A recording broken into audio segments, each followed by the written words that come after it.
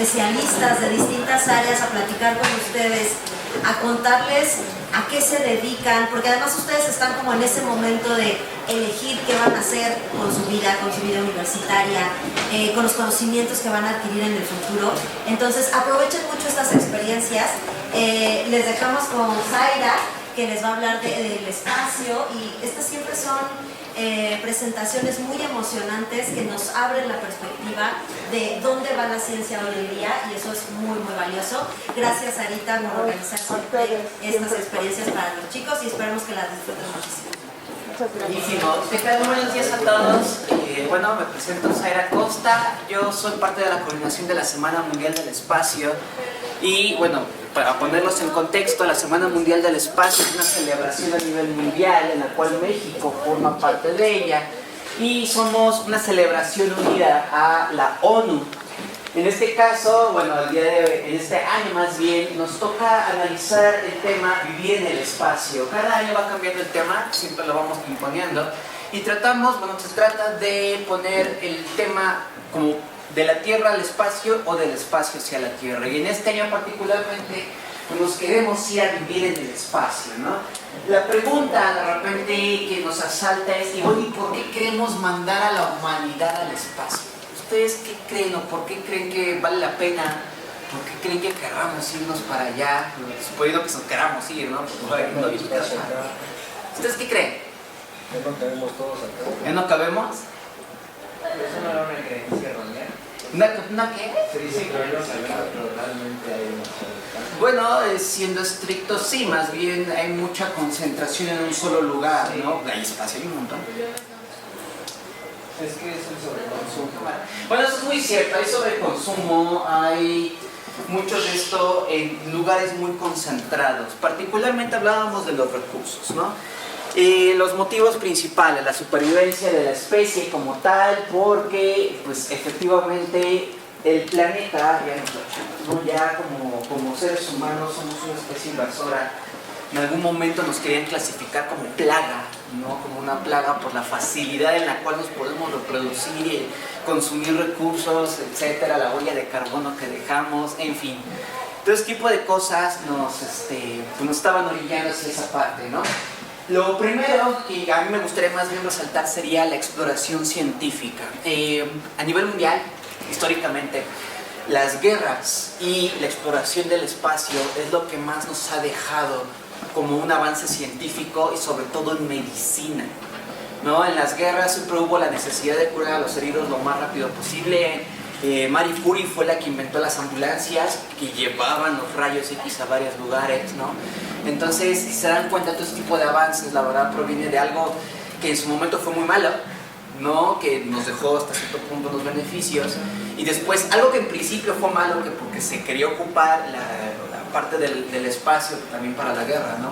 Querían pues tener una manera fácil de aventar misiles desde arriba, que eventualmente dijeron, a ver, párense, vamos a hacer esto con un uso pacífico, ¿no? Eso, bueno, ya vino después, pero justo esto de la exploración científica al final del día nos deja muchas cosas aquí abajo, ¿no? Hay otra plática que no me acuerdo si ya hemos dado aquí, la de los beneficios del espacio en la Tierra, no recuerdo. No, esa no, mira. Bueno, cuando gusten también venimos y platicamos de eso, de todo lo que se ha platicado de la exploración científica, de cuál es la repercusión actual, ¿no? Por ejemplo, todos los que traemos tenis, los tenis son parte de la exploración espacial, no nada más para que chequen esa parte, ¿no?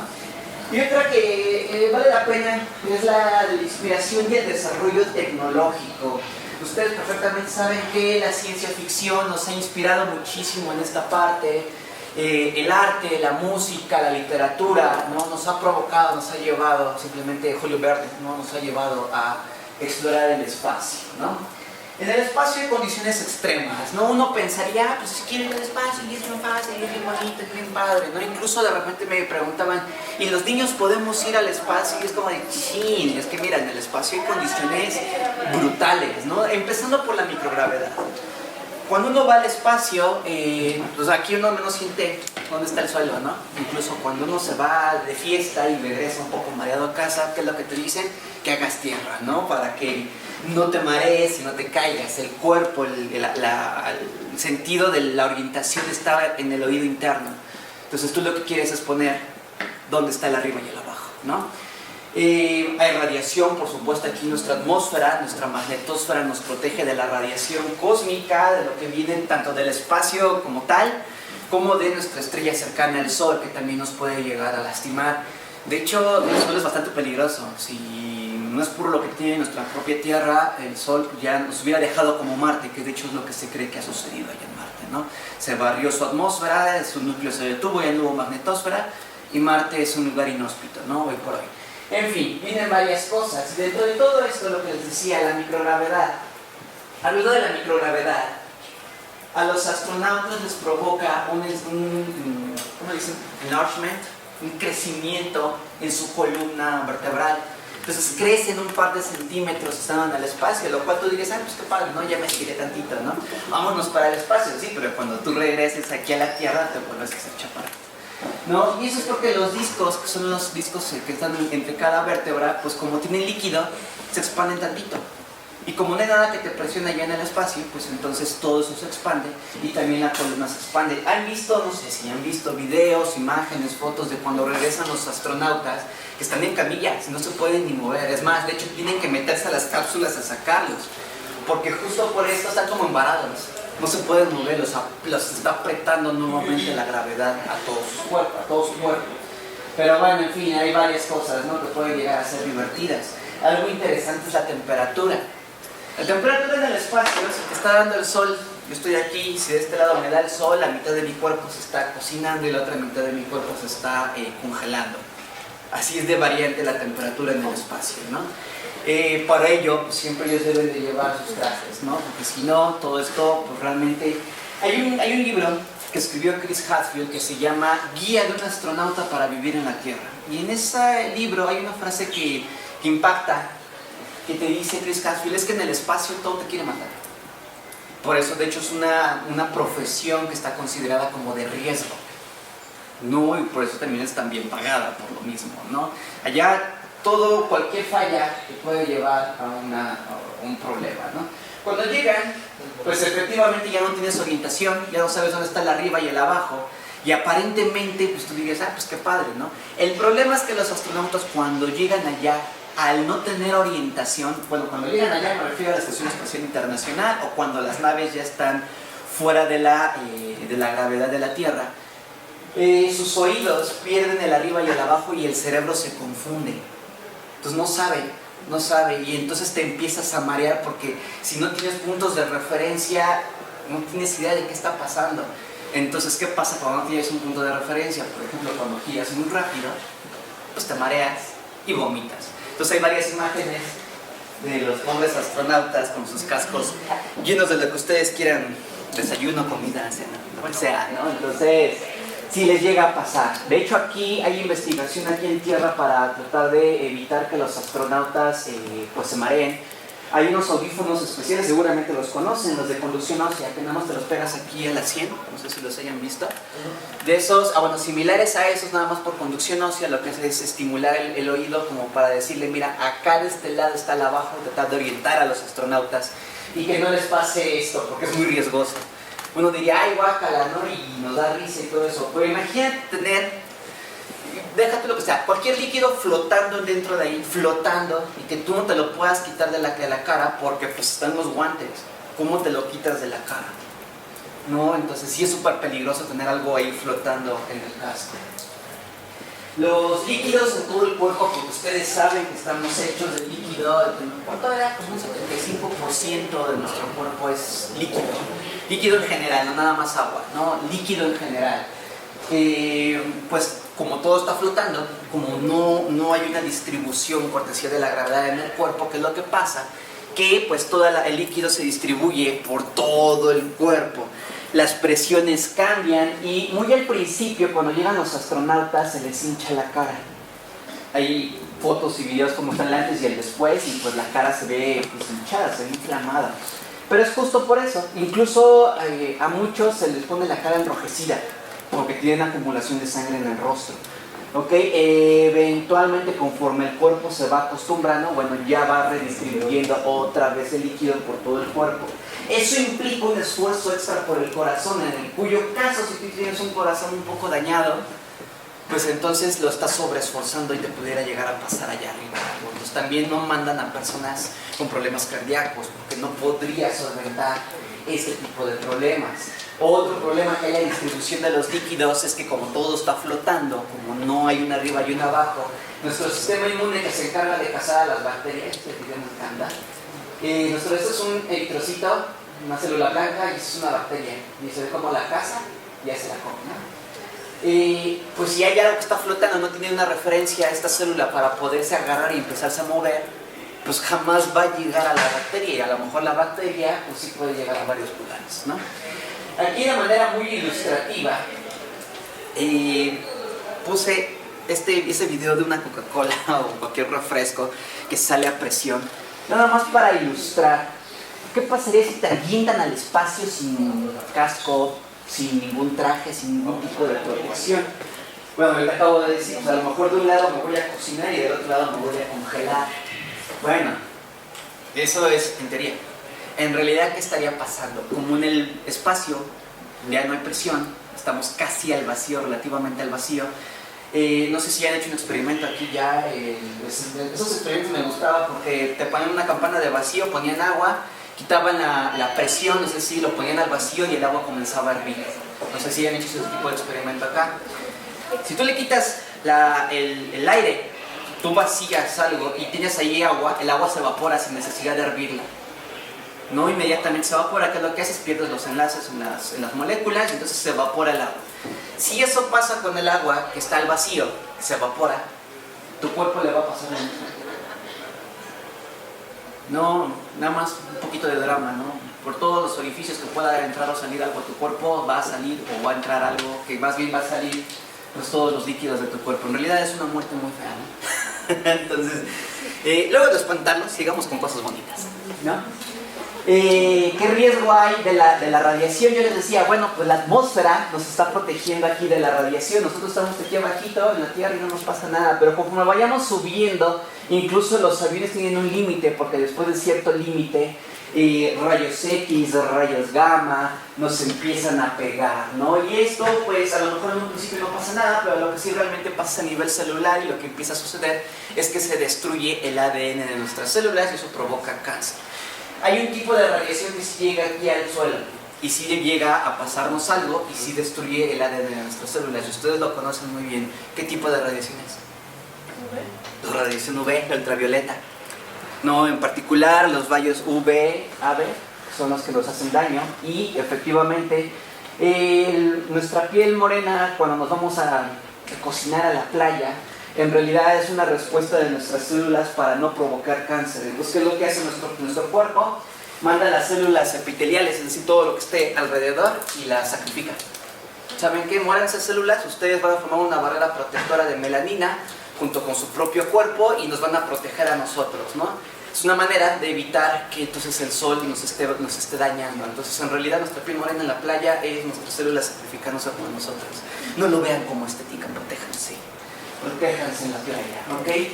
Algo más interesante es lo que le pasa a los ojos de los astronautas. Los astronautas incluso hubieron muchos mitos allá alrededor de que los astronautas vieron ovnis, vieron cosas raras en el espacio, no vieron luces flasheando. Cuando se pusieron a estudiar bien qué es lo que estaba sucediendo, hay un efecto que se llama efecto Cherenkov. Cuando neutrinos golpean ciertas moléculas de agua, se producen fotones, se producen luz. Cuando se encienden los reactores nucleares, que justamente es lo que ocurre en el agua, la piscina que contiene las reacciones nucleares, se brilla, ¿no? Se enciende y se ve como brilla. Lo mismo pasa en nuestros ojos, pues tenemos ahí el humor vítreo, que también es un líquido, y a veces estos neutrinos que andan en el espacio de repente golpean nuestra retina, golpean esta agua que está en el humor vítreo y estimulan nuestra vista. Y esas son las luces que los astronautas al principio reportaban. Hoy por hoy ya lo que reportan es el efecto Cherenkov ocurriendo en los ojos, ¿no? Entonces, eso quiere decir que aún con todo y cascos y protecciones y naves espaciales, de todas maneras la radiación se filtra y de todas maneras le está afectando, aunque sea un poquito, al astronauta. Todavía no estamos 100% protegidos. Bueno, y todo lo que nos estás platicando y de que los podemos evaporar en el espacio, ¿cómo sobreviven hoy por hoy los astronautas? Básicamente ellos llevan una mini nave espacial personalizada cuando salen al espacio con un traje EVA. Tiene muchísimas capas de protección, entre ellos, por ejemplo, Kevlar. El Kevlar, como ustedes seguramente lo saben, se ocupa en los chalecos antibalas. Es lo que detiene las balas. Primero se desarrolló para el espacio y después nos lo bajaron acá y le estamos ocupando en los chalecos antibalas. ¿Por qué se ocupa eso? Porque allá arriba hay micrometeoritos que van volando poco más que la velocidad de una bala. 14.900 kilómetros por hora, lo cual es bastante. No, un poquito más. Entonces, si te golpea un micrometeorito como una canica de este tamaño, pues como una bala, pues podría, la verdad, causar un daño bastante crítico. Entonces tiene Kevlar. Todo el traje espacial tiene Kevlar para protegerte de eso. Tiene reguladores de temperatura, reguladores de presión, reguladores de humedad, de aire. Acuérdense que ahora que fue la pandemia no podías respirar aire así como así. Tiene que estar un poco húmedo el aire para que no te lastime pues tus vías respiratorias, ¿no? En fin, es todo un sistema de ingeniería ese traje espacial. Es una mini nave espacial literalmente. Afortunadamente, donde trabajan hoy por hoy los astronautas en la Estación Espacial Internacional, también nos protege la magnetosfera. Entonces, hay mucha de la radiación que proviene del Sol y del espacio que todavía se está pues deflectando en este escudo natural. Pero si vamos más lejos, como en las misiones Orión que pretenden llegar a la Luna, esa protección se pierde. Entonces, tienes que blindar las naves también contra la radiación. No sé si también ya han hecho su experimento aquí en su escuela de la caja de Faraday. La caja de Faraday es una rejilla que, dependiendo del tamaño de la rejilla, va a rebotar diferentes frecuencias de radiación. Entonces tiene que tener una malla muy fina para rebotar diferentes frecuencias y entonces así vamos a proteger a nuestros astronautas. ¿Sale? Entonces, no, es todo un arte el poder mandar gente allá arriba. Tiene protecciones térmicas también, porque pues, si tú nada más mandas a la nave allá, se te puede enfriar o se te puede sobrecalentar y otra vez lo mismo, ¿no? La mitad de la nave se calcina y la otra mitad se está congelando, ¿no? Entonces hay que evitar todo eso. Y para evitar el sobrecalentamiento, además de que ustedes pueden ver que tienen los paneles solares, que es el que les provee de electricidad, también tiene unos radiadores para mandar de adentro hacia afuera el calor que tienen. Es como en los carros, ¿no? Que sale todo el calor que tiene el carro hacia el exterior. Los astronautas llevan este trajecito que es como una pijama, pero ustedes no sé si alcanzan a ver esas líneas. Esas líneas son tubitos de agua. Aquí está la entrada y la salida del agua. Esa agua te sirve como regulador térmico, como el radiador de un carro que tiene agua. Con eso los astronautas se mantienen a temperatura. Ni muy caliente ni muy frío, ¿no? Una temperatura que les sea cómodos para trabajar y para vivir. Si esto se llega a romper, no sé si llegaron a ver la película que se llama Life, ¿no? Con el personaje, bueno, con el actor que hace de Deadpool. Una criatura alienígena le rompe los serpentines a un astronauta en su traje y entonces empieza a flotar el agua hacia el casco y se muere literalmente ahogada. Pero bueno, no debe de pasar, ¿no? Aquí lo que tenemos es este trajecito que ayuda a regular la temperatura. Lo que les decía de los micrometeoritos, aquí están apuntando, donde estamos en esta parte, le llaman el observatorio de la Estación Espacial Internacional o la cúpula. Es una cosita de no más de 1,5 metros, 1,2 metros, 1,20 metros, con algunos ventanitas, y eso es todo lo que más tiene la estación para observar hacia afuera, porque tú no puedes exponer tanto a los astronautas a que vean hacia el espacio por todos los riesgos que hay, y ese riesgo que está aquí, no sé si lo alcanzan a ver, es un golpe de un micrometeorito. Les pongo un poquito más de zoom. Casi rompe el cristal. De hecho, ustedes dirán, nada más le alcanzó a golpear. Otra vez, el cristal tuvo que aguantar el golpe como si fuera de una bala, ¿no? Pero si eso hubiera pasado algo más a mayor, hubiera tenido que evacuar la Estación Espacial Internacional. Una despresurización hace que todo... y no hubiera estado padre, ¿no? De hecho, también ahí tienen sus sistemas de emergencia, bajan unas escotillas para evitar que haya más problemas. Y esto que está aquí es un sensor de golpes, de hecho. Ahí fue cuando se dieron cuenta que había ocurrido algo malo, ¿no? Entonces la estación tiene muchos golpes, muchísimos golpes. Incluso cuando fueron a reparar el telescopio espacial Hubble y se bajaron los paneles solares que le reemplazaron, los paneles solares tienen muchísimos golpes de ese tamaño. Entonces el riesgo es bastante fuerte. Incluso el hecho de que salgan los astronautas a trabajar, a dar mantenimiento, bueno, es inminente, ¿no? Ese riesgo. Pero bueno, ok, hablamos un poquito de ciencia, hablamos un poquito de cómo sobreviven. Oye, pero ¿y la cotidianidad de los astronautas, su día a día, cómo es allá en el espacio? Bueno, por supuesto se tienen que mantener saludables, lo que haríamos nosotros aquí en la Tierra, ¿no? Tenemos que hacer ejercicio para mantener nuestros músculos activos. Allá ya no hay gravedad que nos esté jalando. No hay que subir escaleras, no hay que correr a alcanzar transporte, no hay que sacar a pasear a nuestro perrito. Entonces, pues no hay ejercicio que hacer. Los músculos empiezan a atrofiar y por supuesto los astronautas pierden masa muscular, se adelgazan muchísimo. Entonces, muy al principio dijeron, bueno, pues entonces hay que ponerlos a hacer ejercicio. Con ligas, con tensores, hay que ponerlos a correr, jalar peso, volverlos a activar, si no para cuando regresen no se van a poder ni sostener. Y aún así no se alcanzan a sostener cuando regresan, ¿no? Entonces sí es complicado. Tienen que cuidar su salud en todos los aspectos, lo que les decía lo de los ojos, ¿no? Uno es el efecto Cherenkov, que a lo mejor en su momento puede llegar a ser... las probabilidades de que te golpee un neutrino en tu ojo son bajísimas. No son, han sido poco los astronautas que han reportado eso. Pero, otra vez, el ojo tiene agua adentro, tiene el humor vítreo. Y también el líquido se distribuye de diferente manera. Entonces la manera en la que cambian nuestros ojos también provoca que al principio los astronautas, vean cómo se hacen más redonditos, o se hacen más chiquitos, o se hacen más grandes. Los astronautas de repente cambia su visión. Y una de mis astronautas favoritas, Christina Koch, ella usa lentes. Y cuando llegó allá dejó de usarlos. Porque la morfología de su ojo cambió, se ajustó de hecho y pudo volver a ver bien. Su miopía medio se curó, pero hay otros astronautas que sí dijeron, no, yo ya tengo miopía, no veo bien. Por eso los estudios están cuidando constantemente nuestros ojos. De hecho, está revisando qué onda con sus ojos, no vean lo que ha sucedido. La hora de dormir, pues sí, efectivamente tiene que estar amarrados. Tienen que estar amarrados los astronautas porque si no están amarrados flotan y si van rebotando por todos lados no creo que sea una siesta muy placentera, ¿no? El aislamiento, a pesar de que el lugar está muy pequeño, la Estación Espacial Internacional no es más grande que un campo de tenis, a pesar de que es un lugar pequeñito y que comúnmente estás acompañado de gente, hay momentos en los cuales, bueno, pues sí te aíslas. Y el pensamiento, esos pensamientos intrusivos, invasivos, que tú dices, estoy en una lata que si lo golpea algo mal, todo puede salir mal, estoy aquí solito, nadie me puede venir a rescatar, la ayuda tardaría bastante tiempo, ¿no? Entonces, sí te llega a pegar psicológicamente, ¿no? También hay un aislamiento peligroso para los astronautas allá en el espacio.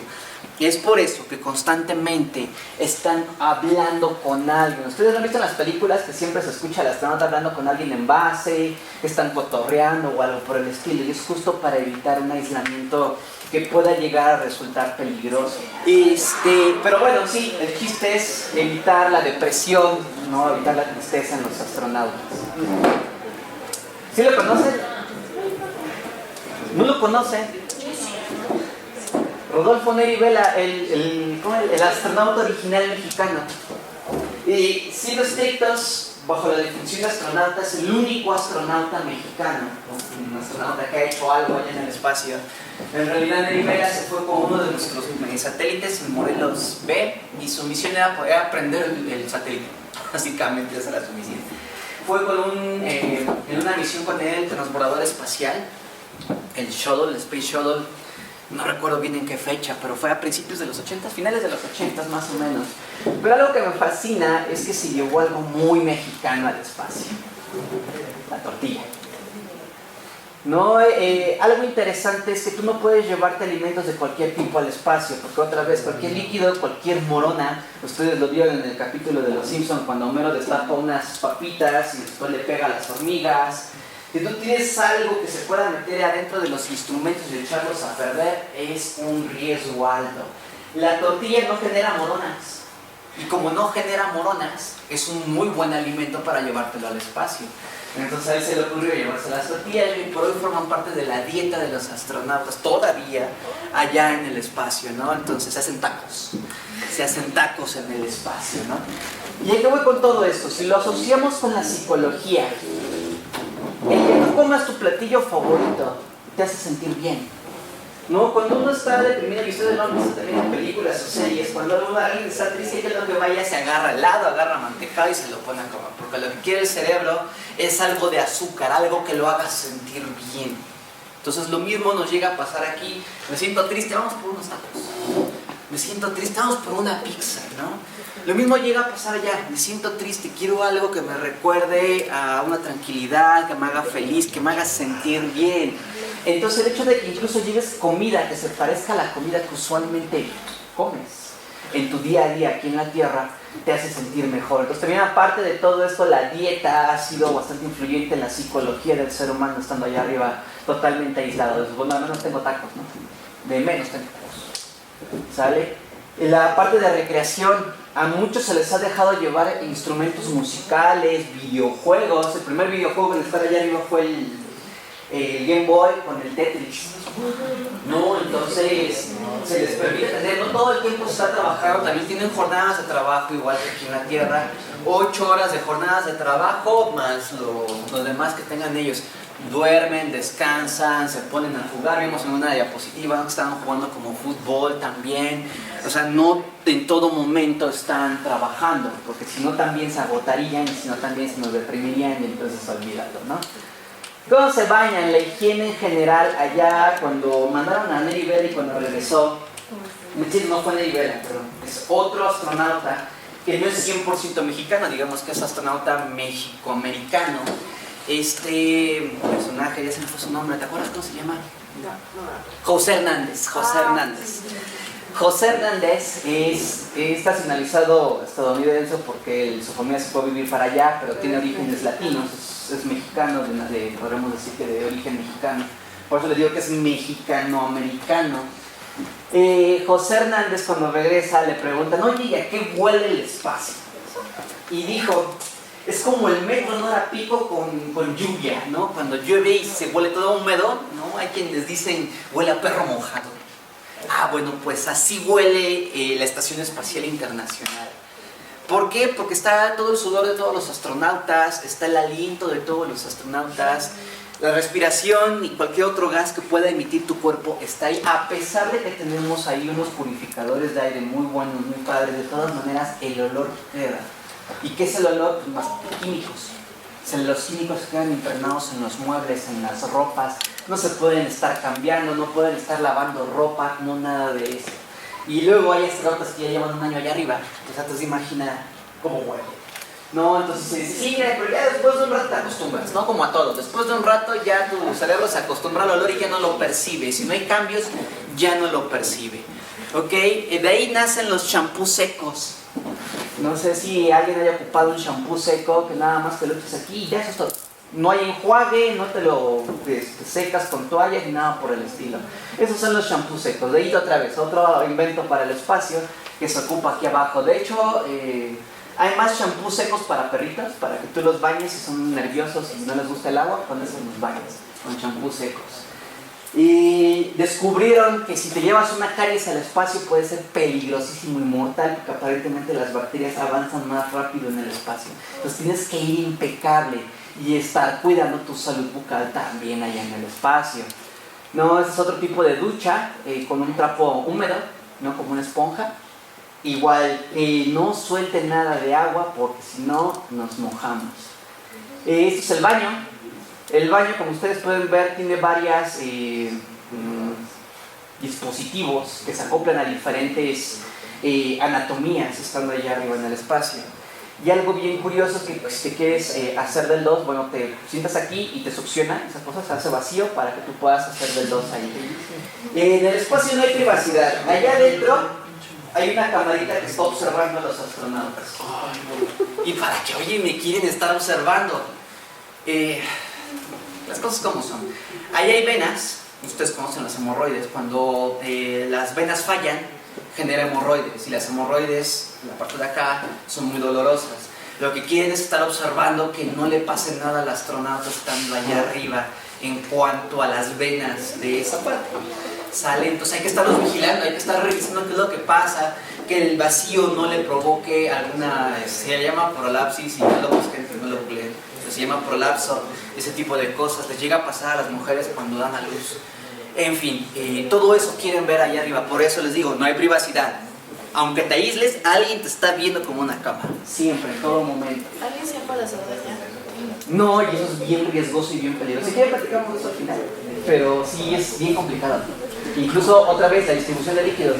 ¿Cómo llegarían los espermatozoides al óvulo si están flotando?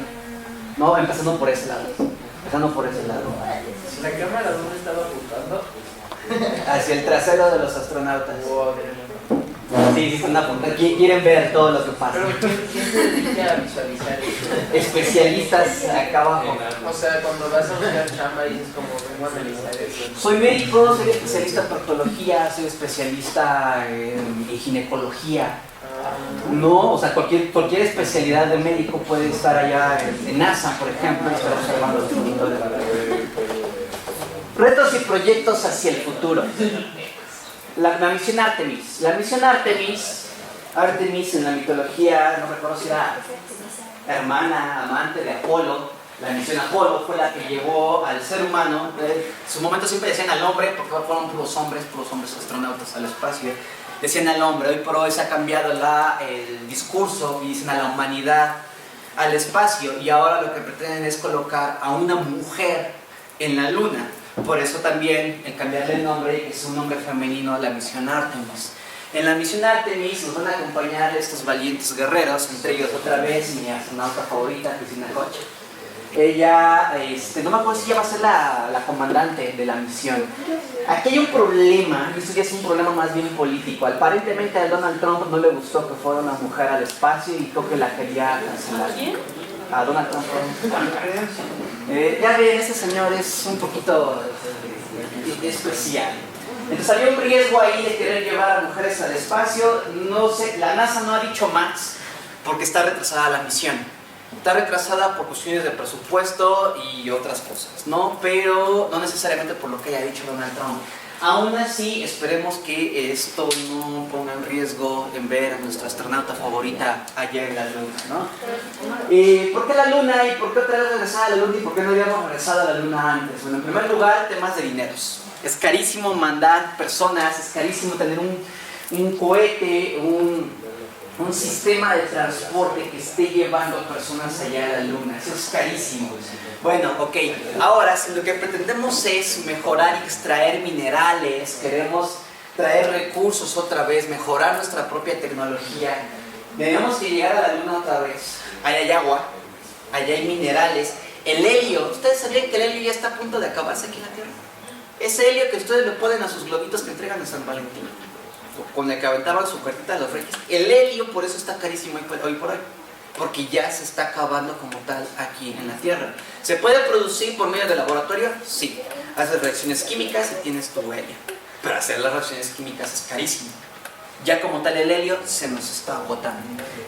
Allá en la Luna hay helio, mucho helio. Por ejemplo, para refrigerar lo ocupas para hacer otro tipo de reacciones químicas, para conductores electromagnéticos. Entonces también se ocupa para eso. Y además de tus globitos, también se ocupa. Entonces queremos helio. Hay otro tipo de... ¿No se supone que para 2025 ya se inicia como exploración a Marte? Pues al menos llegar a la Luna. Y sí, por eso les digo, está detenido ahorita el programa Artemis. Le recortó a la NASA este nuevo presupuesto. No, todavía no es todavía no es un problema. Todavía. Y problema serio. Sí es un problema, pero no impide todavía llegar. ¿Sale? Y después de eso, o sea, llegamos allá a la Luna, sacamos hidrógeno, sacamos helio, sacamos muchísimas cosas. El hidrógeno es importante porque va a servir de combustible para las naves que después de ahí se van a lanzar a Marte. ¿Sale? Llegar a Marte es bastante costoso en cuanto a combustible. Si lo aprovechamos que ya estamos en la Luna, llegar a Marte sería un poquito más sencillo. Y ahora sí, establecer una colonia, ese sueño interesante de la humanidad. ¿No? Llegar a terraformar a Marte. Si Marte está árido, yo creo que es un poco del ego del ser humano de decir, si ya está árido y está muerto, lo puedo rescatar. No puedo llegar a poner otra vez allá ríos, lagos, bosques y una atmósfera y todo. Se han hecho muchísimas investigaciones y es muy complicado llegar a hacerlo, más no imposible, pero tienen que pasar toda una serie de eventos para poderlo lograr. ¿Cómo van a ser los hábitats? Hay una empresa que se llama Bigelow, cuyos hábitats son inflables, básicamente son inflables. Si son inflables y pueden llegar a repeler o rebotar los micrometeoritos en el espacio, también en la superficie de algún planeta nos pueden brindar un tipo de refugio para nuestros astronautas. De hecho, se ha explorado la posibilidad de que estos hábitats se ocupen en zonas de desastre. Por ejemplo, en guerras, por ejemplo, cuando ocurren los sismos o cuando ocurren los huracanes, pues con la gente que no puede llegar a un a un refugio, no a un albergue, bueno, pues tú llegas y les pones esas casas que son inflables, provisionales, en lo que limpiamos el desastre y listo, una vez que ya nada más se desinflan, y vámonos, nos los llevamos. No, lo mismo pasaría en el espacio, algo que sea transportable, no algo que sea práctico. En cuanto a diseños de naves para poder llegar a vivir allá, se han platicado de muchos diseños. Uno de estos ya lo hemos visto al menos en 2 películas, una película que se llama Elysium y otra película que se llama Interestelar. Son unos tubitos y unos cilindros, y estos cilindros albergan pues todo lo que tienen que tener, y además los cilindros van girando para provocar algo de gravedad. Se le llaman cilindros de O'Neill. Estos cilindros prometen ser una manera viable de mover no nada más a unos cuantos astronautas, sino de llevar, ya digamos, a toda una comunidad, sino toda la civilización, al menos toda una gran comunidad hacia el espacio. La alternativa es uno que se llama esfera de O'Neill, que es igual como el cilindro, pero una esferota. Sería como una tierra, pero hueca, y por dentro tener ahí toda toda la comunidad, ¿no? Son como ideas todavía de ciencia ficción, son posibles, sí, el costo sería brutal, sí también, ¿no? Ustedes vieron muchísimas plantitas en esos cilindros y esferas de O'Neill. Es que también lo que queremos llevarnos es algo de lo que con nosotros sobrevivimos, y de eso depende nuestra alimentación. Y nuestra alimentación depende de, sobre todo, plantas y animales. Entonces, pues hay que buscar la manera de crecer o hacer crecer plantas en el espacio. En la Estación Espacial Internacional ya se han hecho, o se han cultivado algunas plantitas allá. Eso es todo lo que tenemos de invernadero allá arriba. No esperen ver así un cuarto gigantesco con hidroponias y cosas por el estilo. Pero ya se han llevado a varias plantas. ¿Cuál es el reto? Acuérdense que las plantas aquí crecen también mandando los nutrientes a través de ¿cómo se le llama? Este efecto capilar. El agua sube por las ramas, por el cuerpo de la planta, y va nutriendo todo. Van realizando fotosíntesis, etcétera, ¿no? Pero allá que hay microgravedad, y otra vez regresamos al tema de la redistribución de líquidos, ¿cómo es que una planta va a poder redistribuir el líquido en todo el cuerpo de la planta? Bueno, muchas plantas fracasaron, no pudieron, ni por efecto de capilaridad ni nada por el estilo, pero algunas sí. Algunas sí han podido sobrevivir en el espacio. Y después de que probaron plantas, bueno, en ¿no? Después de que probaron algunas plantas, se llevaron ahora sí ya hortalizas. Se han logrado cosechar zanahorias allá en el espacio. Y algo bien importante para nosotros los mexicanos, chile, picante. No, una especie de picante. Y de hecho este picante creo que de hecho en realidad es indio, no es de aquí de México. Pero ya logró hacerse allá la matita, ¿no? En el espacio con microgravedad. Ahora, estas plantas todavía no son consumibles. ¿Qué es lo que hay que ver? Hay que ver si la radiación del espacio no ha modificado el ADN per se de las plantas, y si no pueden llegar a ser tóxicas para el ser humano todavía. Entonces todavía nos falta ver esa parte y a ver si podemos consumir las cosas de allá. Porque también la lechuga, también ya se ha logrado hacer allá. Esta es una imagen que de momento no era, ay, pues qué foto tan fea, ¿no? Es una imagen bien bonita. Mandaron, si mal no recuerdo, fueron los chinos, antes de pandemia, mandaron un rover a la luna, y ese rover traía un pequeño espacio, como un mini invernadero, pero así chiquitito, de 10 por 10. Traía nutrientes, traía agua, reguladores de temperatura, etcétera, etcétera. Y el propósito era ver si con la microgravedad de la luna se podía hacer crecer una planta allá en el espacio. Cada uno de los cuadritos es una, ¿cómo se dice? Una semillita que sembraron. Las que se dieron fueron semillas de algodón y allí están en la superficie de la luna, se dieron plantitas de algodón. Lamentablemente el experimento terminó porque fallaron los reguladores térmicos y nuestras plantitas se murieron de frío. Pero ya lograron hacer brotar, no per se en la superficie de la luna, estaban en el carrito, en el rover, pero ya lograron hacer que con la microgravedad de la luna, sin que hiciéramos algo más de intervención humana, lograran crecer plantitas, ¿no? Entonces, vamos de gane. En realidad, la fantasía nos ha llevado incluso a pensar que se pueden sembrar papas, ¿no? Ahí en el espacio, con la película The Martian. En realidad el problema de la superficie de Marte es que como no tiene atmósfera, no tiene magnetosfera, entonces están bombardeando con mucha radiación el suelo marciano. En realidad el suelo marciano está atascado de radiación. Entonces sería imposible, al menos hasta el momento, crecer algo allá arriba en Marte, de la manera que lo hizo Matt Damon, ¿no? De esa misma manera.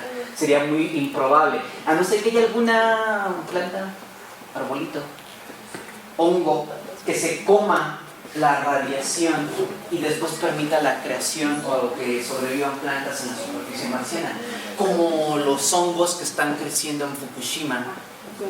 ¿Vale?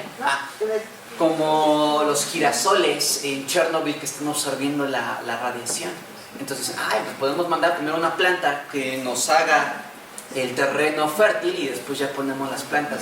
Técnicas de hoy por hoy que son conocidas como agroforestería y que se estudian bastante aquí en la Tierra, nos pudieran llegar a servir para llegar a colonizar otro planeta. El turismo espacial. Bueno, que al parecer el espacio no está hecho para todos. No, al parecer el espacio no es para todos. Pero bueno, al menos quiero salir un poquito, flotar tantito y ver cómo está el espacio, ver la curvatura del espacio y verificar que efectivamente la Tierra es redonda y no plana. ¿No?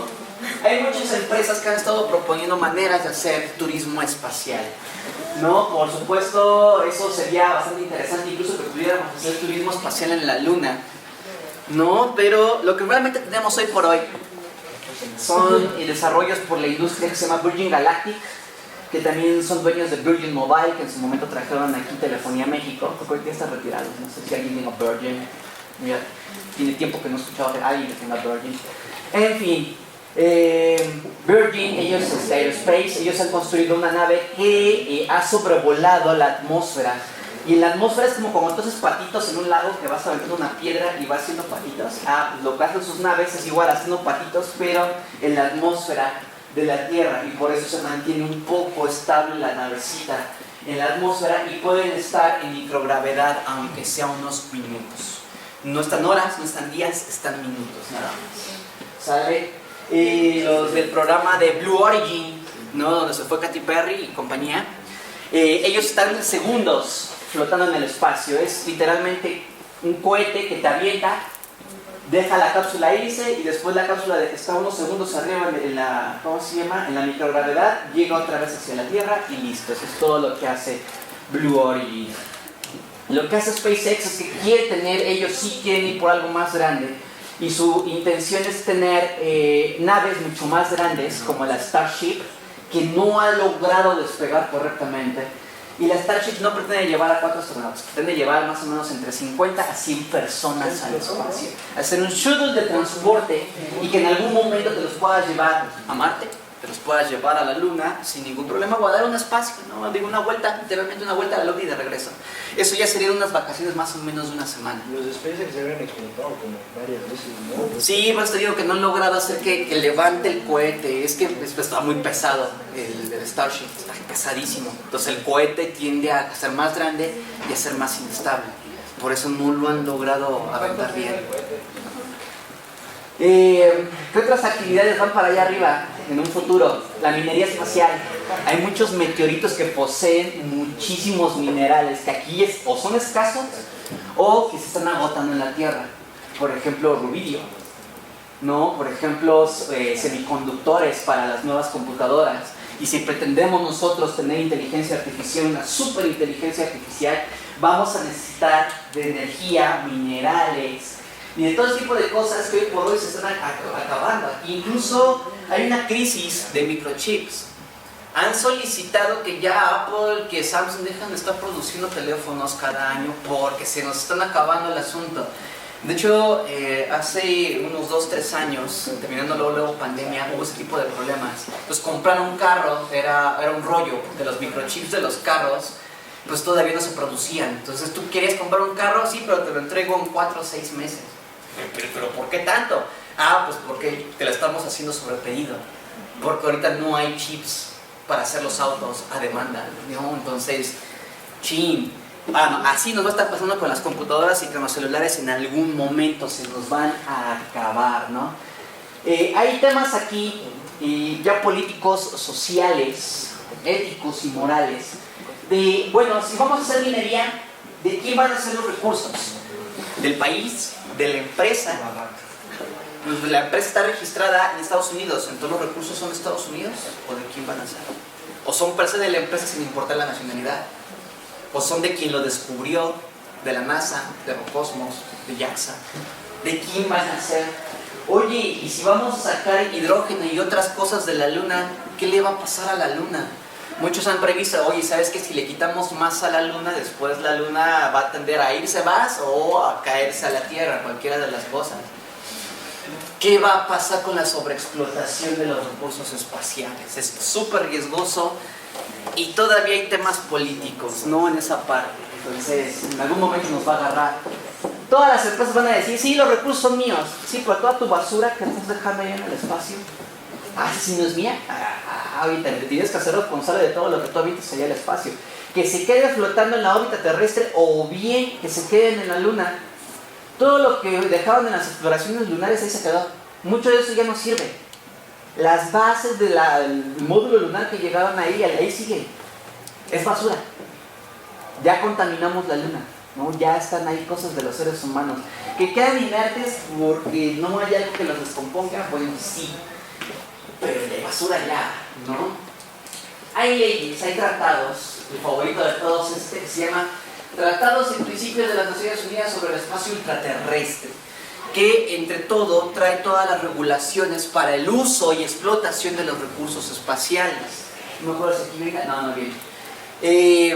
México también participó en este tipo de tratados, también firmó, y el acuerdo es justo, o nace más bien, con los riesgos de guerra por parte de Estados Unidos y de Rusia. No recordemos esta guerra fría que hubo hace algunos años.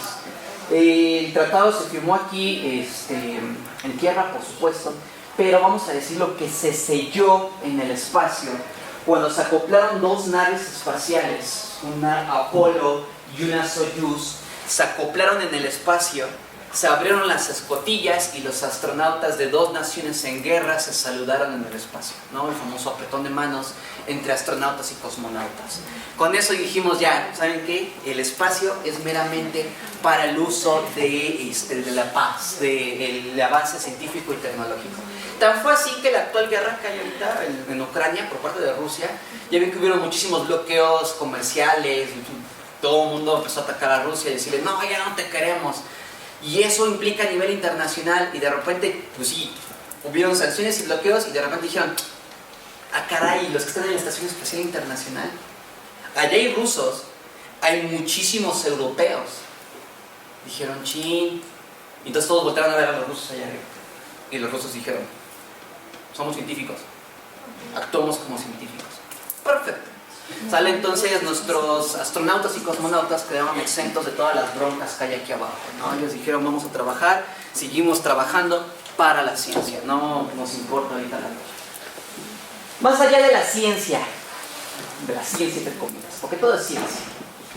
La música, el entretenimiento, lo que les decía, la parte psicológica, ¿no? De cómo nos vamos a entretener allá arriba, el arte. ¿Cómo va a cambiar todo esto una vez que estemos ya viviendo muchas personas en el espacio? Aquí todo ha sido el imaginario. Incluso el imaginario ya ha llegado a ser superado por la ciencia ficción en las películas, no en los cortos. Nos han llevado a plantear nueva ciencia ficción, pero una vez que estemos allá, y ya toda la ciencia ficción se haya vuelto ciencia normal y cotidiana, ¿no? Como dicen en Futurama, cuando las guerras de las galaxias sean un documental aburrido. ¿No? ¿Qué va a pasar con todo lo demás? Aquí tenemos música, ya vimos cómo evolucionó la música, incluso tenemos ya música hecha por inteligencia artificial. ¿Cómo va a ser la música cuando estemos allá en el espacio? ¿Qué inspiraciones vamos a tener? ¿Cómo va a ser el arte, la pintura, la creatividad, la literatura?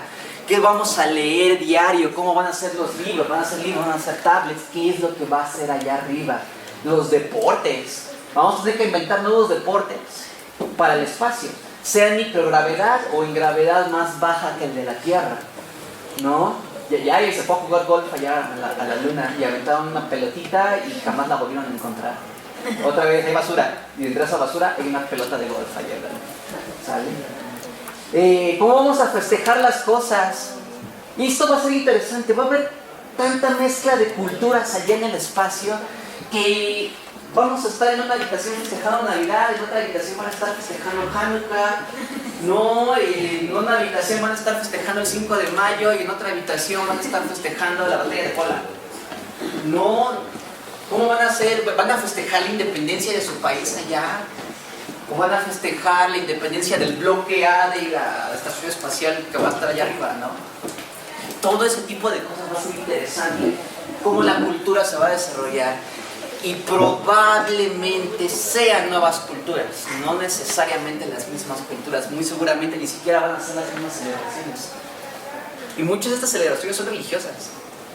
Quién sabe si la religión va a cambiar, nuestra perspectiva de lo que es Dios, dioses, nuestro Mesías cambie. Todo eso es cultura, todo es comportamiento humano, todo eso puede ser que cambie y evolucione. Nuestras reuniones, ¿cómo van a ser? ¿No? ¿Cómo va a ser la educación? Suponiendo que ya podemos tener bebés, hijos allá arriba, ¿qué nueva educación se les va a dar a estas personas, a estos niños? A lo mejor ya no los vamos a enseñar a cuidar las plantas aquí, les vamos a enseñar cómo cuidar plantas en el espacio. ¿Cómo van a ser los empleos? ¿Cómo van a ser los trabajos? Por supuesto va a haber muchos técnicos de mantenimiento. ¿No? ¿Cómo van a ser las leyes laborales? Va a haber sobreexplotación, va a haber sindicatos otra vez. No vas a tener un jefe fastidioso otra vez. Bueno, ¿y las vacaciones? ¿Qué no va a haber playas? ¿Cómo vas a tomar vacaciones para relajarte allá en el espacio? ¿Qué nuevos hoteles, qué nuevas experiencias te van a ofrecer para relajarte allá en el espacio? A mí me gustan mucho los peces. Yo me imagino que a lo mejor vamos a llevar algunas especies marinas allá. El agua sirve como un buen bloqueador de radiación. Y a lo mejor muchas especies marinas sobreviven sin problema allá arriba. ¿Mandé?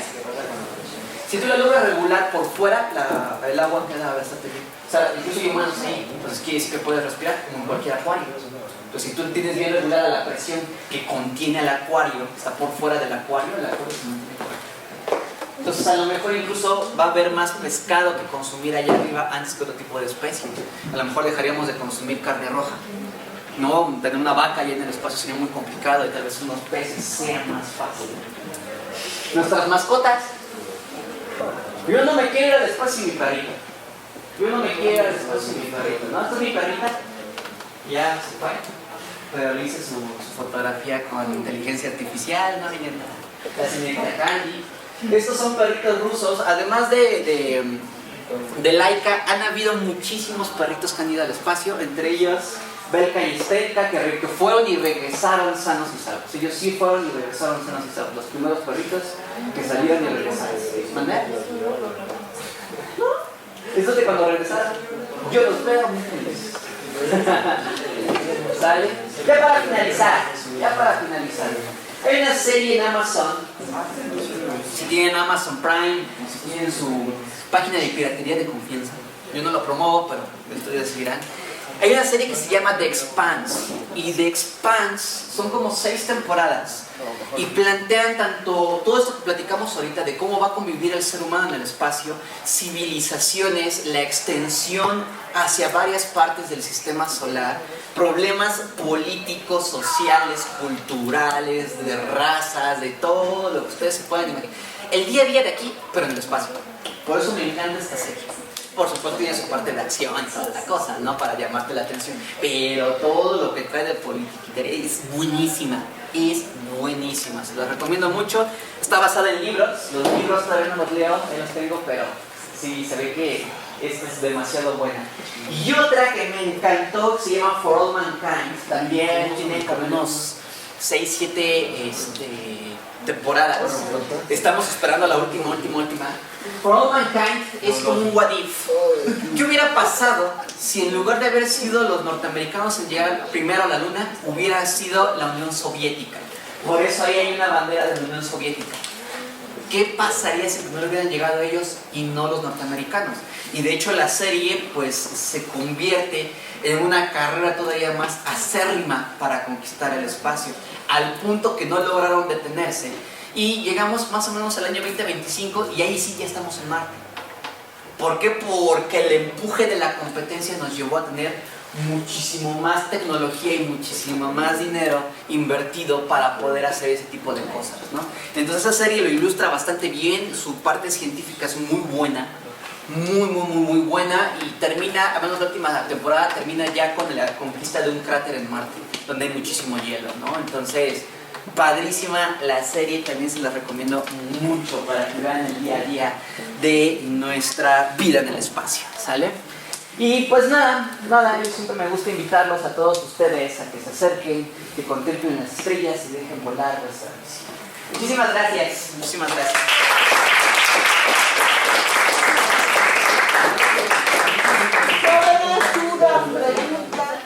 ¿Cómo van y regresan? ¿De dónde a dónde? O sea, ¿cómo regresan a los astronautas? Depende de quién te mande. Durante mucho tiempo los astronautas iban en el Space Shuttle, no los norteamericanos, esa navecita, ese era su transporte. ¿Pero es una navecita? O sea, ¿viene de la Tierra o ya está ahí? No, viene de la Tierra. Este se avienta con unos cohetes, los cohetes se desprenden, llega se acoplaba a la Estación Espacial Internacional, hacían lo que tenían que hacer, se desacoplaba y regresaba a la Tierra. La misma navecita. Los rusos te mandan en cohetes. Es un cohete y tienes una cápsula que se llama Soyuz en la punta.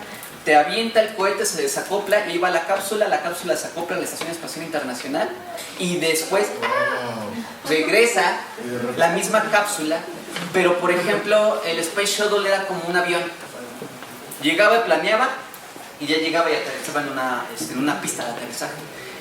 La cápsula Soyuz, cuando ya llega a la Tierra, es una cápsula que cuando ya va a llegar a la Tierra hacen unos paracaídas y ya llega a la Tierra. Te azota, ellos son más brutales. Llegan y te azotan. Las mejores caen en el, ¿cómo se dice? En el océano. Entonces, bueno, como que el golpe es menos fuerte. Y básicamente esa es la manera en la cual hoy por hoy están mandando. Los chinos es de la misma manera, ellos ocupan tecnología rusa. Entonces básicamente son los mismos. Los japoneses igual. Hasta ahorita no ha habido otra metodología más padre. SpaceX es muy similar a la Soyuz, nada más que ellos siempre caen en el agua, justo para evitar problemas de golpes. Entonces ellos siempre caen en el agua y ya. Blue Origin lo que quiere es que la cápsula cuando llegue se acople y cuando regrese aviente unos cohetes y caiga solito así en el que es como actualmente él lo hace, pero ahora lo quieren sacar al espacio y que ya después regrese. Entonces son las maneras en las cuales regresan hoy por hoy los astronautas. Muy al principio, y por eso esta Tereshkova fue candidata para ir al espacio porque ella era paracaidista. Entonces muy al principio, cuando ya venía de regreso la cápsula de los rusos, lo que tenía que hacer era abrir la escotilla, así a esta altura le decían ya. Abría la escotilla y se aventaba, y ya cuando se aventaba abría el paracaídas y ya llegaba un paracaídas nuestro astronauta, en este caso cosmonauta rusa. No, esa era la manera, y ya después la cápsula se azotaba por allá y ya llegaba por allá. No, entonces eso es como que muy al principio, los primeros viajes al espacio. ¿Cuál es tu otra duda, Sofía? Creo que lo del embarazo. Lo del embarazo. Bueno, lo que les decía, ¿no? La distribución de líquidos, lograr hacer que los espermatozoides lleguen al óvulo, no va a estar cañón, porque de hecho hoy por hoy es mucho movimiento muscular, sí, pero también involucra la gravedad. Sale por eso este mito que si después de tener relaciones te acuestas, es más probable que los espermatozoides lleguen al óvulo que si estás de pie. No, se retrasan mucho las cosas. En fin, en microgravedad es muy improbable que eso suceda. Bueno, ahora le va. ¿Cuál sería nuestro remedio? in vitro. En un laboratorio fecundamos al óvulo y después lo volvemos a implantar. ¿Sale? Disculpen si soy muy gráfica. Pero pues bien, implantamos otra vez al óvulo y ya debería de poder otra vez estar dentro de la mamá. El problema es la radiación. Yo ya les dije que las naves son buenas, pero no son 100%, no filtran al 100% toda la radiación. Si a algo que apenas se está creando le golpea uno de estos neutrinos al ADN y rompe el ADN y lo modifica, puede haber riesgos de mutaciones no deseadas, riesgosas o problemáticas que pongan en riesgo a la mamá o al bebé. Ok, otra solución, lo hacemos afuera. Ya están logrando implantar un óvulo fecundado en un aparato robótico que esté cuidando al feto, que lo haga crecer, que le brinda de todos los nutrientes y entonces ahora sí, nuevamente la placenta es un líquido. Ahí eso es como nosotros nos formamos, en un líquido. Si en el espacio está flotando, ¿cómo se van a distribuir los nutrientes? ¿Van a llegar correctamente al feto o no van a llegar? ¿Van a llegar con deficiencia? Tenemos que ponerle presión, simularlo en una centrífuga que tenga algo de gravedad para que el feto se pueda desarrollar. ¿Qué hacemos? Todavía no llegamos allá. Sí. No, hay mucho de esta investigación, aunque parezca tabú porque todavía la humanidad nos da pena hablar de eso. Mandaron ratones, nuestros héroes, mandaron ratones, hembras y machos en varios juegos de grupos y descubrieron que los machos se hacían infértiles en el espacio. Entonces, aunque se quisieran reproducir, las hembras eran fértiles, pero los machos no. Entonces no había reproducción. Pero cuando los regresaron a la Tierra, intentaron otra vez provocar que se aparearan y entonces ahora sí regresó la fertilidad de los machos. Conclusión, probablemente la gravedad tiene algo que ver, la distribución de los líquidos tenga algo que ver con la producción de gametos propiamente en los órganos reproductores. Todavía no se lleva porque han sido pocos y pues, ese tipo de experimentos allá arriba, nos interesan otro tipo de experimentos. Entonces todavía no sabemos qué pasaría realmente. Las mujeres astronautas, por muchos temas, no me acuerdo si son pastillas o inyecciones, evitan estar menstruando en el espacio. Entonces se vuelven a propósito infértiles allá arriba para evitar problemas con la menstruación y con todo esto. Otra vez, imagínate que te duermes, y ustedes lo saben, y de repente ves ahí líquidos flotando. Tú dices, bueno, para eso tenemos los pañales o para eso tenemos las toallas. ¿Y si algo falla? ¿Qué pasaría si la menstruación no sale y se coagula adentro del aparato reproductor? Es riesgoso. También por eso las astronautas no se han querido arriesgar. No se han querido arriesgar y por eso se toman hormonas para evitar este tipo de problemas, ¿no? Y por último, respecto a esto, se han mandado astronautas, han convivido tiempo y han bajado y resulta que pues se enamoraron y aquí abajo se reproducen. Ya ha habido dos parejas que han tenido hijos y ahora están sobre los hijos a ver si no les afectó en algo. Aunque la reproducción fue totalmente aquí abajo, los astronautas ya habían estado allá arriba, ya estuvieron expuestos a radiación y a muchas otras cosas y aquí abajo se reprodujeron sin problemas. Se sigue estudiando si los hijos llegan a desarrollar algún problema en el resto de sus vidas. Ahorita ya son adolescentes o más que adolescentes, son adultos jóvenes, estos hijos de astronautas. Vamos a ver qué más ocurre, si en su vejez les llega a pasar algo o no. Eso también nos podría dar alguna perspectiva de vida para reproducirnos en el espacio, ¿no? Entonces, son muchísimos temas involucrados. María Sol. Ah, sí. ¿Qué ponte pues ya llegaste a tu base en Marte y ya está todo perfecto? ¿Qué pasa cuando se te acaben los recursos como el agua que sacas de la tierra? O como esa cosa que hace que todas las cosas que platicaste para la presión y todo eso, para no me acuerdo cómo se llama, pero todo eso, ¿de dónde sacas la energía o el agua, la electricidad, todo lo que se saca aquí de la tierra? Bueno, para empezar de temas energéticos, lo primero que quieren llevarse son baterías, plutonio. Los pones lejísimos y tienes electricidad. Después alimentas tus bases con paneles solares. Como no hay atmósfera, la radiación les pega directamente a los paneles y tú tienes una muy buena aceptación o captación de energía solar, por ejemplo. Nada más tienes que estarlos limpiando porque el polvo en Marte es muy latoso, ¿no? Sobre todo es estático, entonces se pega a todas las superficies. de manera eólica, hay muchos vientos allá en Marte, entonces también puedes sacar electricidad de manera eólica. Ahora, agua, hay agua subterránea en Marte, y es como aquí, puedes estar sacando agua, sobre todo congelada, pero ya después la descongelas y se agua, ¿no? En principio lo que se plantea es estar mandando, pues vamos a decir, barcas con recursos, una planificación en lo que nos terminamos de asentar en Marte y empezamos a ser autosuficientes. Poner jardines de hidroponía, poner muchísimo de esto allá en Marte para que podamos nosotros autoproducir nuestra comida y no depender de lo que nos manden de la Tierra. Porque ahí esa es otra cosa.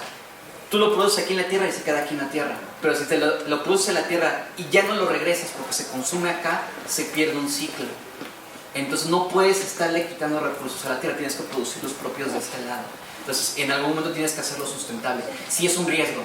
Si en algún momento pierdes la autosustentabilidad, dices, chin, de aquí a que me lleguen a rescatar, por eso la película de The Martian, de aquí a que me lleguen a rescatar es muchísimo tiempo. Son alrededor de un viaje actual, son alrededor de 6 a 8 meses. Ay, me quedé sin comida. Pues mándenme algo, no me pido un Uber, que me manden algo de comida, va a llegar en 8 meses. Entonces tienes que tener mucha prevención, muchísima prevención. Entonces sí llega a pasar. Gabriel. Sí, yo creo que no ha habido ningún caso de que las parejas hayan bronceado en el espacio. El tema hormonal es también muy interesante. Otra vez, la distribución de los líquidos tiene que ver, saben lo que son las hormonas, ¿no? Son químicos que producen diferentes glándulas de todo nuestro cuerpo que son mensajeras de diferentes cosas. Número 1, las mujeres se inyectan hormonas para no tener la menstruación. Los hombres, no se ha sabido si los hombres se inyectan o no se inyectan algo, pero algo sí llega a pasar, y eso los caballeros tal vez lo sepan. El estrés, los nervios provocan que el líbido baje. El aislamiento y la depresión provocan que también no haya producción de espermatozoides. Entonces todo este tipo de cosas involucran la psique de la persona, y entonces lo menos que quieren tener ellos es relaciones sexuales en el espacio. Sobre todo el contexto, Sí los llega a inhibir bastante. Entonces sí se ha sabido a nivel psicológico. Yo, o sea, como va todo, no creo que nadie aquí vea cómo terraforman Marte, ¿no? O sea, ni nada de cilindros así como plantas y todo, ¿no? O sea, pues a lo mejor ustedes, pero ya viejitos, ¿no? Ya llegan a ver qué pasa con Marte. Yo definitivamente no.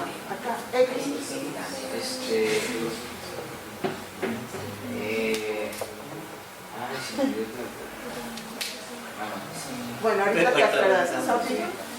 Para prepararte y ir al espacio, como una semana tienes que hacer, ¿cuál es el proceso?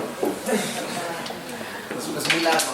Tarda más o menos entre 1 a 2 años en entrenarte para ir al espacio.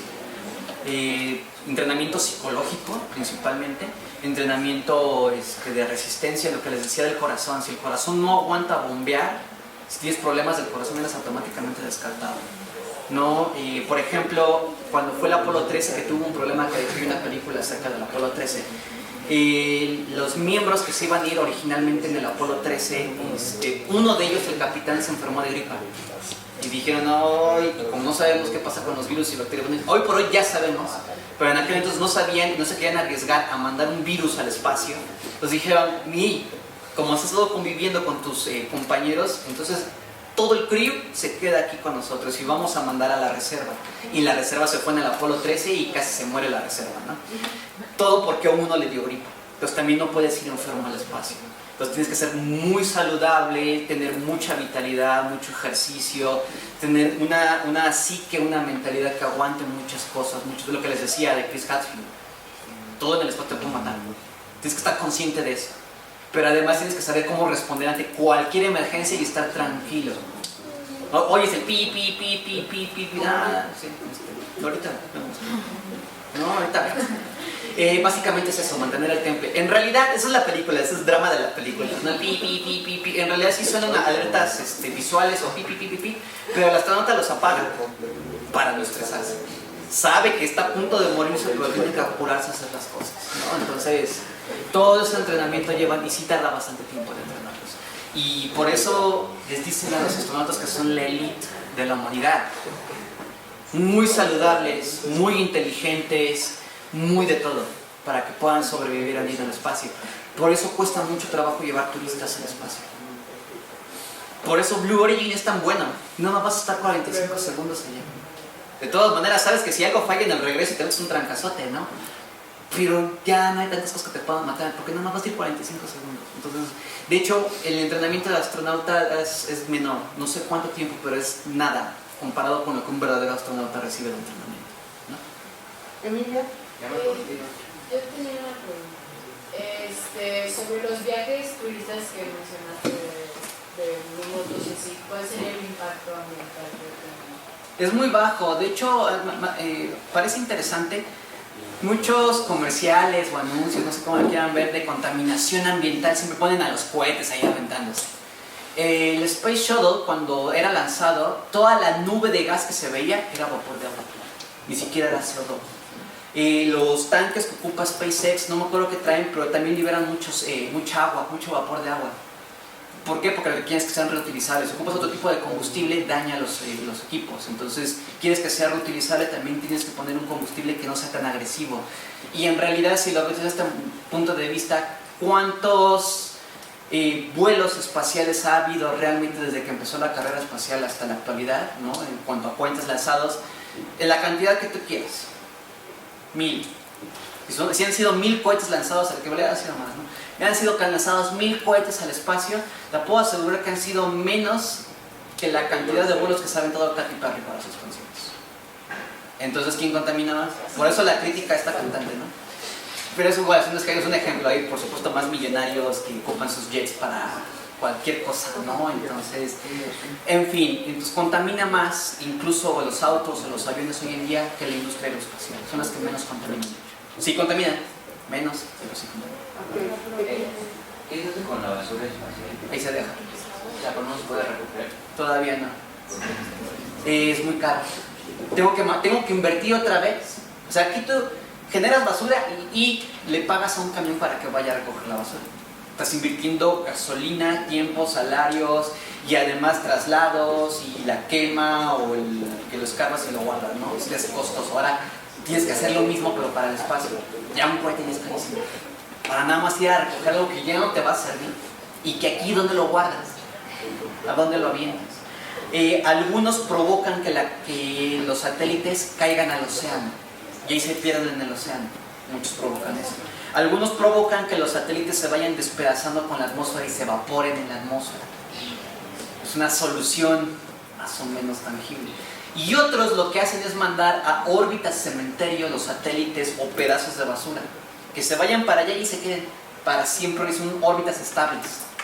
Entonces ahí se van a quedar para siempre, a no ser que pase algo, un meteorito muy grande y que desestabilice la órbita y ya sea que los desvíe o que los baje y entonces van a ser un riesgo. Eventualmente van a ser un riesgo mayor. Hoy por hoy lo es, porque si algo pasa y se cae en una zona poblada, vas a matar. Quisieras que eso no sucediera. No, eso es lo que uno esperaría que no sucediera. La otra es, bueno, ahora le va, mandamos a alguien, unos Space Sweepers, a recolectar esa chatarra. Mucho de eso tiene oro. Tráetelo, reciclamos el oro, el platino, todo ese tipo de elementos y los volvemos a ocupar acá abajo. Pero va a costar mucho. Entonces, ¿qué es lo que tienes? Producirlo en masa para que sea barato y así sea barato traerte todo eso. Se han ocurrido accidentes como en el de la película Gravity, que unos satélites chocan y los pedazos empiezan a despedazar todo, ¿no? Una reacción en cadena. Se han ocurrido eso y cuando se ha ocurrido eso se ha monitoreado finamente para ver en dónde quedan esos space debris, esos escombros, y estarlos monitoreando siempre. Siempre. Esa órbita queda inutilizable. Ya no puedes poner nada ahí. ¿Por qué? Porque lo que le pongas ahí lo van a despedazar los pedacitos estos. ¿Y cómo los capturas? Otra vez, 14.900 kilómetros por hora. Pones un guante y te despedazan. Tienes que llegar a la misma velocidad, agarrarlos y bajarlos. En fin, sigue iniciativas para limpiarlo, porque no queremos llegar a la película de Wall-E, ¿no? ¿Se acuerdan cuando Wall-E sale al espacio? Que choca con toda la basura y después trae un Sputnik aquí pegado en la cabeza, ¿no? Entonces, es eso. Queremos evitar llegar a eso. Pero, pues, quién sabe cómo vaya a suceder, ¿no? Apenas se lo están planteando. ¿Alguna otra pregunta? ¿No? Bueno, entonces agradecemos a nuestra invitada.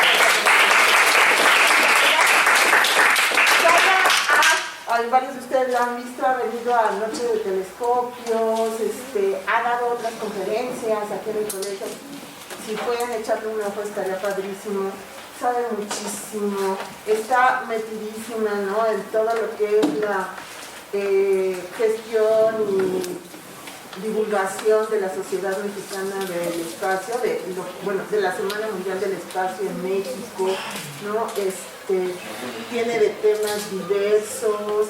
Ella es ingeniera, no sé si quieras platicarnos un poco de todo lo maravilloso, porque también le encanta la astrofotografía. Nos ha dado algunos talleres, ¿no?, muy cortitos por los tiempos, pero de todo lo que son el uso del telescopio, ¿no?, en las páginas web también, que en algún momento se las mostraremos, las ha diseñado ella, ¿no? Entonces realmente es alguien que pues le tenemos mucho aprecio. Muchas gracias. Muchísimas gracias. Bueno, un pequeño ¿no?, para nuestra invitada, ¿no? Y pues ojalá que...